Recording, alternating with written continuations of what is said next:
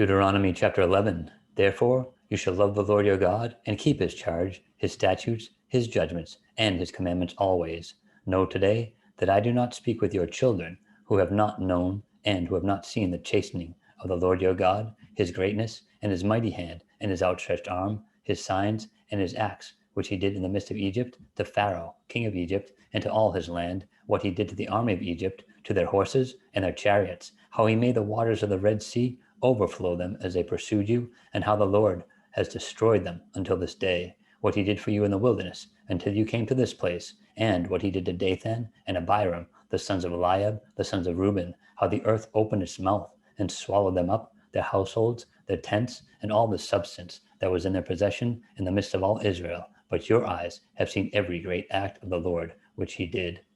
Therefore you shall keep every commandment which I command you today, that you may be strong, and go in and possess the land which you cross over to possess, and that you may prolong your days in the land which the Lord swore to give to your fathers, to them and their descendants, a land flowing with milk and honey. For the land which you go up to possess is not like the land of Egypt, from which you have come, where you sowed your seed and watered it by foot as a vegetable garden, but the land which you cross over to possess is a land of hills and valleys, which drinks water from the rain of heaven, a land for which the Lord your God cares. The eyes of the Lord your God are always on it, from the beginning of the year to the very end of the year.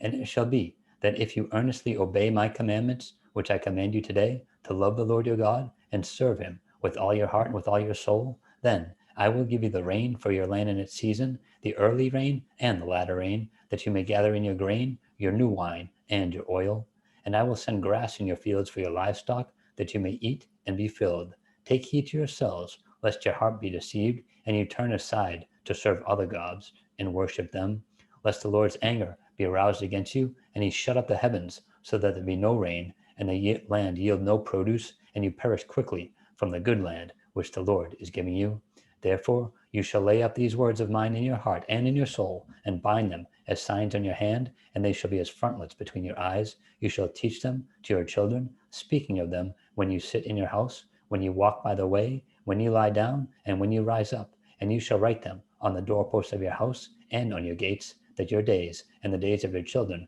may be multiplied in the land of which the Lord swore to your fathers to give to them, like the days of the heavens above the earth. For if you carefully keep all these commandments which I command you to do, to love the Lord your God, and to walk in all his ways, and to hold fast to him, then the Lord will drive out all these nations from before you, and you will dispossess greater and mightier nations than yourselves. Every place on which the sole of your foot treads shall be yours, from the wilderness and Lebanon, from the river Euphrates, even to the western sea, shall be your territory. No man shall be able to stand against you. The Lord your God will put the dread of you and the fear of you upon all the land where you tread, just as he said to you.